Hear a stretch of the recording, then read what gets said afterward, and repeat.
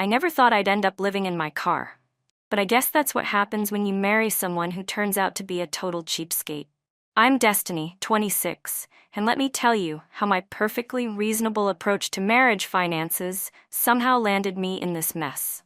It started 2 years ago at Murphy's Bar and Grill. I was there with my girls, celebrating finally quitting that awful salon receptionist job where my manager kept nagging me about being on my phone. Like, sorry, I have a social life? That's when I first spotted Walter across the room. He wasn't exactly my type, kind of plain-looking in his work boots and basic button-down, but my friend Kaylee knew him and mentioned he had a supervisor position at the local warehouse. I'll admit, the word supervisor definitely caught my attention. After jumping between dead-end jobs, I was so over the whole working girl life. My dream was to be a stay-at-home mom, taking care of a beautiful house and maybe running a little mommy blog on the side. So when Kaylee introduced us, I turned on the charm. Walter seemed different from other guys I'd dated. He wasn't flashy, but he had this stable, reliable energy. On our first date, he actually talked about his 5-year plan to pay off his student loans and save for a house down payment. Most guys I knew could barely plan their next meal, so this was like finding a unicorn in our small town. What I didn't realize then was how annoyingly obsessed he was with budgeting. Like, who actually tracks every single purchase in a spreadsheet? But I played along during our dating phase, even pretending to be impressed when he showed me his debt payoff charts. Meanwhile, I was maxing out my credit cards on necessary things. Cute outfits for our dates, weekly hair appointments, the latest iPhone. You know, the basics. I did notice him flinch a little whenever I joked about wanting to be a trophy wife, but he'd laugh it off. Looking back, I probably should have been more direct about my life goals. But honestly, I thought it was obvious. What woman actually wants to work when she could be living the dream at home? The red flags started showing up when I lost my next job at the dental office.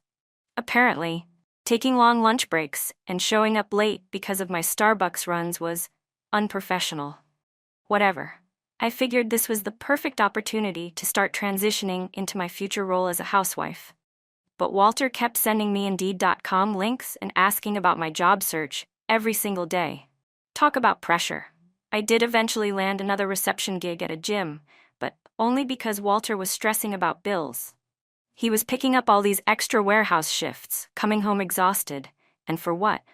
We were getting by just fine on his income alone. Sure, we had some credit card debt, but doesn't everyone? The whole time we were dating, I kept waiting for him to fully step into that provider role I knew he could be. He had the potential: steady job, good work ethic, decent benefits. I just needed to help him understand that once we got married, I shouldn't have to stress about money or work like some single girl. That's not what I signed up for. Looking back at those early days, I guess we both had different ideas about where things were heading. But can you really blame me for wanting what every woman deserves? All I wanted was a comfortable life without having to punch a clock every day. Is that really too much to ask from the man who's supposed to be your partner? Things got real when we moved in together after a year. I thought living together would be my chance to show Walter how amazing life could be with me taking care of the home. But apparently his idea of taking care of the home included me still working full-time and doing all the housework. Like, make it make sense? Our first apartment wasn't anything special, just a basic 2-bedroom in the okay part of town. Walter kept going on about how it fit our budget, but I had my eye on those cute luxury apartments across town with the pool and dog spa. He said we couldn't afford the rent there, but I noticed he somehow always had money for his student loan payments. Talk about misplaced priorities. I tried to be strategic about the whole situation. When my paychecks came in from the gym job, I started putting them in a separate account at a different bank. Just a little safety net, you know? Meanwhile, Walter was handling all the bills and groceries from his warehouse checks. He picked up even more overtime, which meant I had to spend more time alone, treating myself to DoorDash and online shopping just to cope with the stress of him always working. My friends totally got it. We'd meet up for happy hours, using my separate account, of course, and they'd agree that Walter needed to step up his game. Here he was, supposedly supervisor material, but we're still living like college students? Make it make sense. That's when I started joking about how my money is my money and his money is ours. The girls thought it was hilarious, especially when I showed them my secret savings growing, while Walter stressed about our joint account always being low. I didn't see the problem with this arrangement. He was the one who kept preaching about building a future together. So why shouldn't he invest in that future by covering our current expenses? Meanwhile, I could save my money for important things like my future baby's nursery fund and my self-care necessities. Have you seen how expensive good skincare is these days? The tensions really started showing when I had my third, final warning at the gym job. Walter had the nerve to suggest I was being irresponsible by showing up late and spending my whole shift texting. But who was he to judge how I handled my job? At least I still had one, even if I did call out whenever I felt like my energy was off or Mercury was in retrograde. Things got even more tense when I started dropping hints about wanting a ring. Walter actually had the audacity to bring up our credit card debt and suggest we needed a stronger financial foundation before marriage. Excuse me? Last time I checked, love doesn't need a perfect credit score. Plus, I had my secret savings that he didn't even know about. Not that I was planning to spend it on a wedding when that's clearly the man's responsibility. Looking back at our living together phase, I can see now that Walter just didn't understand how relationships are supposed to work. A real man would have been grateful to have a girlfriend who looked as good as I did and kept up with all the latest trends. Instead, he was always stressing about boring things like budgets and retirement contributions. We're in our 20s. Who even thinks about retirement? After 2 years of dating, Walter finally proposed. The ring wasn't exactly what I'd saved on my Pinterest board. Apparently, 3 months' salary doesn't go as far as it used to when someone's being stingy. But whatever, I figured I could always upgrade it later once he got his priorities straight. The wedding was cute, I guess. Walter kept trying to rein in the budget, but I wasn't about to have some backyard barbecue wedding like his sister did. I mean, I'd been dreaming of my perfect day since I was little, and perfection costs money. We ended up putting quite a bit on credit cards. But isn't that what they're for? Big life moments? That's when things started getting really interesting. About 3 months into our marriage, Walter's parents invited us over for this whole family dinner thing. They were acting all concerned about our future, asking about our plans for buying a house and having kids. I was totally ready to spill about my dreams for a 4-bedroom craftsman with a wraparound porch and a nursery, but Walter had to go and ruin the vibe. He starts talking about how we need to stabilize our finances first and tackle our debt before making any big moves. Way to kill the mood? That's when I decided to lighten things up with my little joke about how my money is my money and his money is ours. I mean, the look on everyone's face. You'd think I'd just confessed to a crime or something. My mother-in-law nearly choked on her potatoes, and Walter's dad got all quiet and weird. Even my own parents were giving me these strange looks. Mom tried to change the subject, but I was on a roll. I explained my whole philosophy about how a real marriage means the husband provides while the wife maintains her independence. It just makes sense, right? Walter just sat there, pushing his food around his plate while I educated everyone on how marriages worked in 2025. I told them how outdated it was to expect wives to go 50-50 with their husbands. Hello? Are we roommates or spouses? I even brought up how my friend Kaylee's husband handles all their bills while she keeps her teacher salary for herself. That's what real love looks like. The really wild part was when Walter's mom tried to give me some speech about partnership and teamwork. I had to stop her right there. I was like, listen, I didn't get married to stress about bills and budgets. That's man stuff. Walter excused himself to the bathroom at that point, but I figured he was just overwhelmed by all the truth bombs I was dropping. The rest of that dinner was super awkward. But I didn't care. I felt like I'd finally gotten everything off my chest. Later that night, Walter tried to have some serious conversation about our different views on marriage, but I shut that down real quick. I reminded him that he knew who he was marrying, a queen who deserves to be treated like one. Besides, it's not like I was lying about anything. My separate account was growing nicely, and if Walter was struggling with our joint expenses, maybe he needed to man up and ask for a raise or something. That's not my department. I was busy maintaining my image as a successful young wife. Which isn't cheap, by the way. Do you know how much it costs to keep up with current trends these days? Everything was going fine until tax season rolled around. Walter was doing our taxes himself instead of paying someone like a normal person, probably to save money or whatever. That's when it all blew up in my face. He found out about my secret account while going through our documents, and suddenly he's acting like I committed some huge crime? I mean, yeah, I had managed to save up almost $15,000 over 2 years of marriage while he paid all our bills. And okay, maybe I had been letting him stress about covering our joint credit card payments while I was ordering Starbucks every morning and getting my nails done weekly. But isn't that what a husband is supposed to do? Handle the stressful money stuff?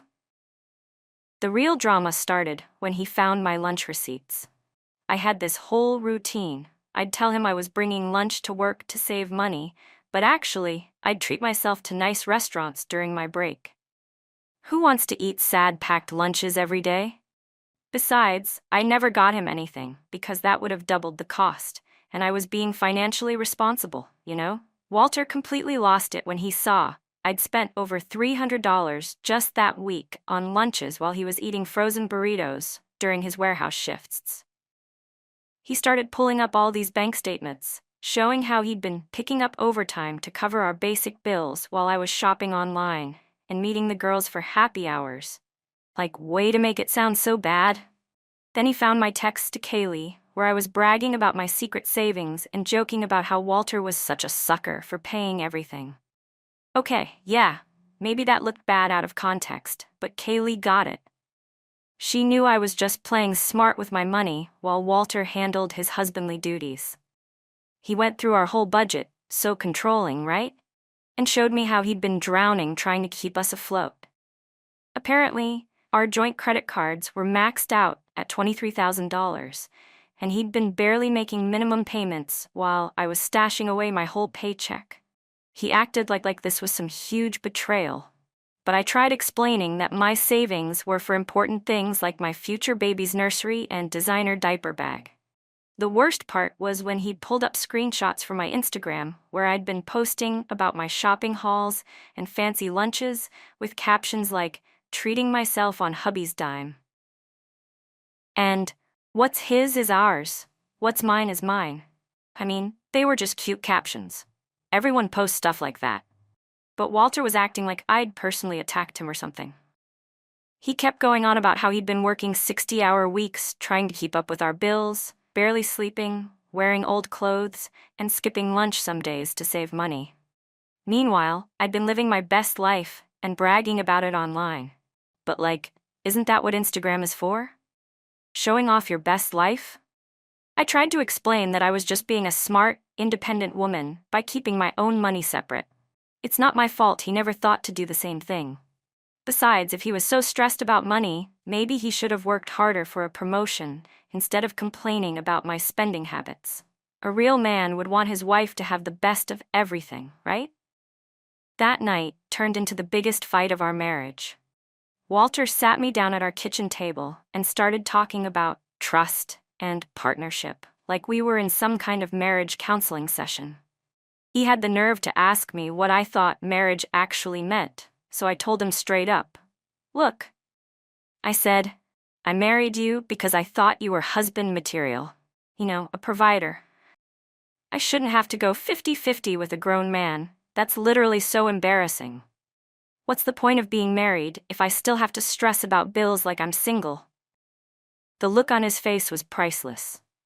He just sat there for a minute, like he was trying to process what I was saying. Then he started laughing, but not in a funny way, more like in that scary, quiet way that makes you uncomfortable. He asked me if I saw him as anything more than an ATM with a wedding ring. I tried to explain it in a way his male brain could understand. It's not about the money, I said, even though it totally was. It's about being a real man and taking care of your wife. I shouldn't have to contribute to our household expenses when I'm already blessing you with my presence. Do you know how many guys would love to have a wife like me? That's when Walter got real quiet and asked me what I brought to the marriage besides expensive tastes and secret bank accounts. The audacity. I bring plenty. I'm young, pretty, and I could totally give him kids someday when he can afford them. Plus, I'm literally willing to give him the privilege of providing for me. Most men would be grateful. He started going off about how marriage is supposed to be a partnership, how couples are supposed to face life's challenges together, blah blah blah. Then he hit me with this line about how he's been carrying the weight of our entire life, while I've been treating him like a sugar daddy he never signed up to be. I tried to make him understand that this is just how modern marriages work.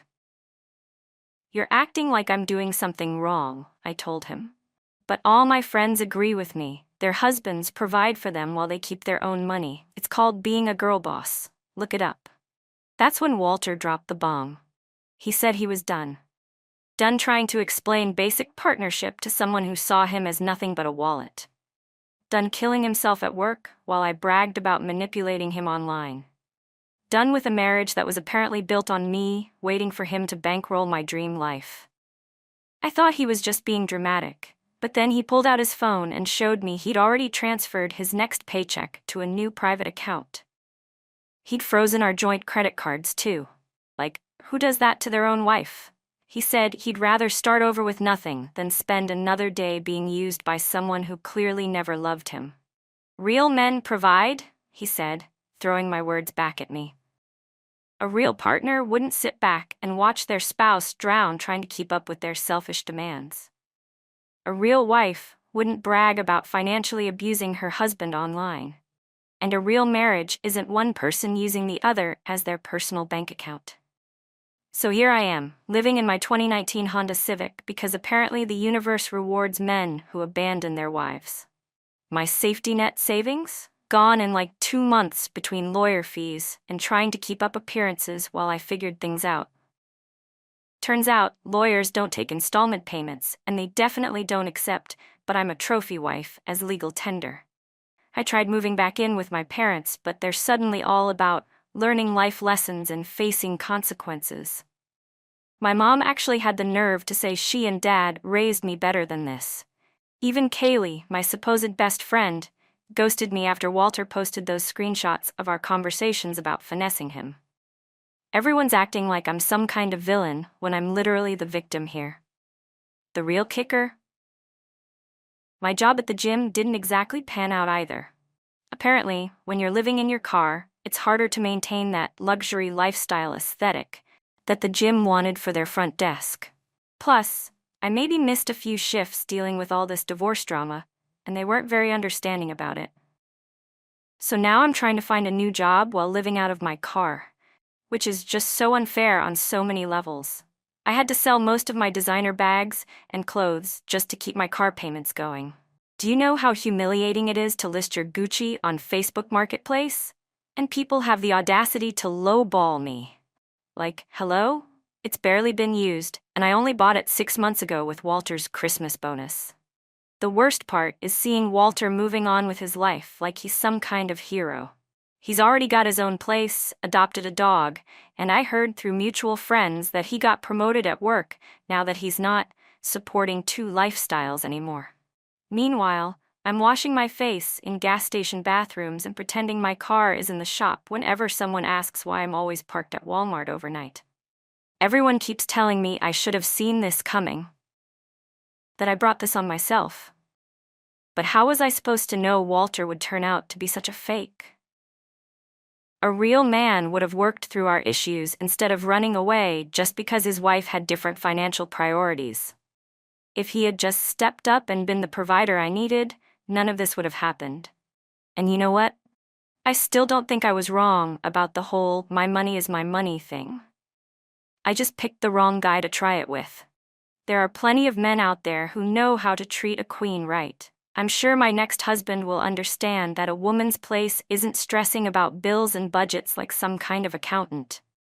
So yeah, maybe I'm sleeping in my car right now, but this is just temporary.